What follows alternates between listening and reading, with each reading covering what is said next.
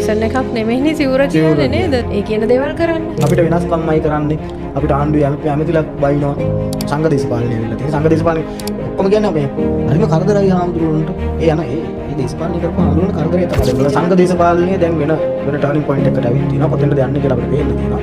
නාමල් රාජපක්ෂව මොනවාරි තැනකට ගේන්න ඕන කියන එක තමයි සංඝ දේශපාලනය වෙලා තියෙන්නේ. සංඝ දේශපාලනය සම්පූර්ණ සංඝ සමාජය නෙවෙයි. හැබැයි මේ ඔය වගේ මොනවාරි වාසි තමන්ගේ පෞද්ගලික වාසි තකා පෞද්ගලික ජනප්‍රියත්වය බලාගෙන වැඩ කරන සිංහුදාගත්ත අය කරන වැඩි. නිතරම පැත්තට ගියා. මේ වලව හැංගුණාවේ ආඳුරු කතාව කියන්නේ මේ කතාව පටන් ගන්න කිව්වා. මම මේ දේශපාලන කතාවක් කියනවා නෙමෙයි. නෑ දේශපාලන කතාවක් කියන්නේ. ඒක පළවෙනිම කතාව. යක්කාලේ ඉඳන් අඬනවා, දොඩනවා, එහෙම කතන්දර ගොඩාක් තියෙනවා. මේ ඊයේ තනලා තිබ්බා. ඊයේ සෑහෙන සැරට අඬනවා. අපිට වෙනස්කම්මයි කරන්නේ. අපිට ආණ්ඩුවේ ඇමතිලක් බයිනවා. සෝ පන්සලකට යපෝයලා කරන්නේ තමන්ගේ ශ්‍රද්ධාවට නැත්නම් දේශපාලන බණ අහන්න නෙමෙයි. පළවෙනි කතාව.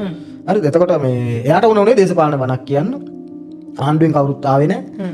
මේ අපිට අපිව නිකන් ගණන් ගන්න නැහැ තමයි ওই විදිහට ඉන්නකොට. ඒක තමයි සිස්ටම් චේන්ජ් එක. සංඝ සමාජයේම යම් පිරිස් දිගටම නාමල් රාජපක්ෂව ඉස්සරහට ගේන්න සෑහෙන බලනවා. මොකද පහුගිය කාලෙම සංඝ සමාජය කොච්චර දූෂිතද කියන එක අපි දැක්කා. පල්ලේගම හේමරත්නගේ සිට තව පන්සල් වල තිබ්බ අපචාර කී දෙනෙක් විතර ඒ ඔක්කොම වහගන්න යාලට උවමනාවක් තියෙනවා. ඒක වහගන්න බෑ. ආණ්ඩුවත් ඒව සම්බන්ධයෙන් නීති හරියාකාරව ක්‍රියාත්මක වෙන්න ඉඩ දීලා තියෙද්දි යාලට ඕනේ ඒවා වහගන්න ආණ්ඩුවක්.